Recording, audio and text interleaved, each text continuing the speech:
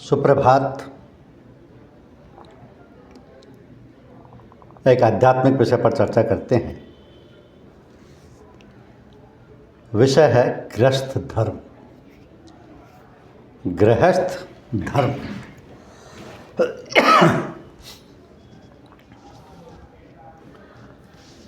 ब्रह्म बेला में सांसारिक जन गहरी निद्रा में सोए हुए रहते हैं।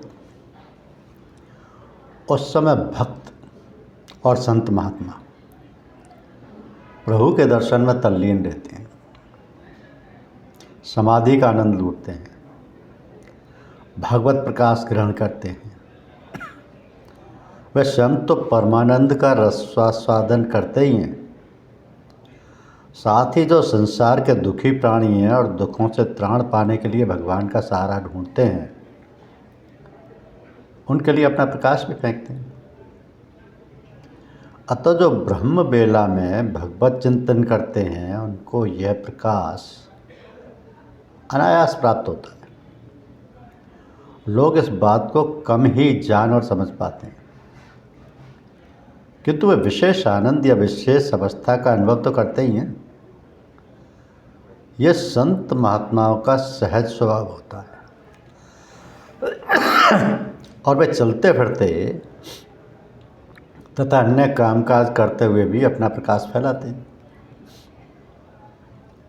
इस प्रकार की छींट जिस पर पड़ जाती है, वह कभी न कभी अपना रंग लाती जरूर है। इस प्रकाश का संस्कार बन जाता है। उचित अवसर पाकर यह संस्कार उदय हो जाता है और व्यक्ति को भगवान की तरफ उन्मुख कर देता है। इसी कारण लोगों से कहा जाता है कि प्रातःकालीन ब्रह्म बेला में और सांध्य बेला में संसार के सब कामों को छोड़कर भगवत चिंतन करना चाहिए।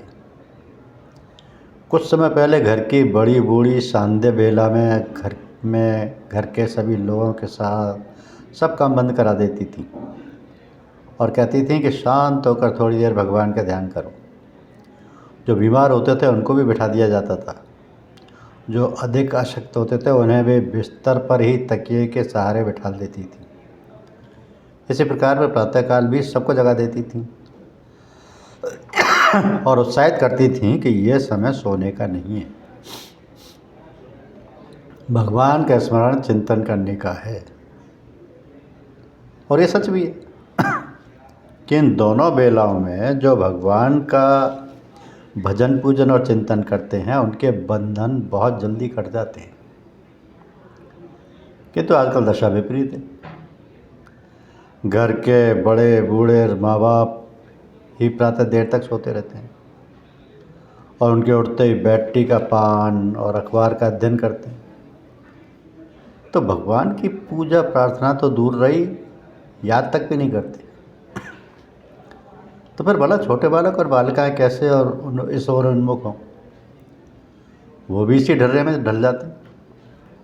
उनका भी टेलीविज़न व सिनेमा देखने और कमेंट्री सुनने में मज़ा आता है। यहाँ तक देखा गया है कि ट्रांजिस्टर बज रहा है और पढ़ाई हो रही है। पूछने पर कहते हैं कि ट्रांजिस्टर बजता रहता है तो पढ़ने में मन खूब लगता है। इस प्रकार अधिकतर लोगों में धार्मिक प्रवृत्ति कम होती जा रही है और पूजा पाठ के प्रति अरुचि बढ़ती जा रही है।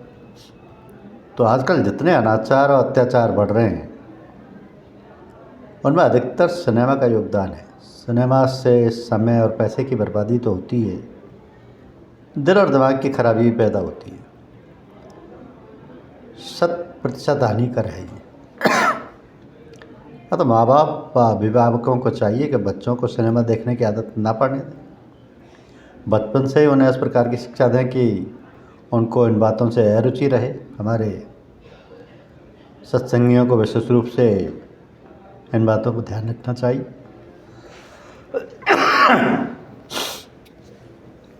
सिलसिले के बुजुर्गान कहा करते थे कि अपनी धर्म पत्नी को अपने ख्याल की बनाना चाहिए,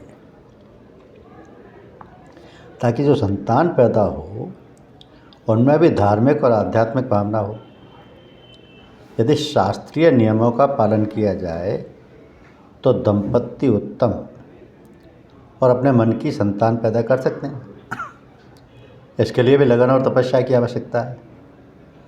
अतः सावधानी पूर्वक शास्त्रों की रीति और नीति पर चलकर अपने गृहस्थ जीवन को सुखी समृद्ध बनाना चाहिए। केवल थोड़ा सा इधर उधर ध्यान देकर व्यवहार और आचरण में उतार लाना है, किंतु ये होगा तभी जब उधर रुचि होगी।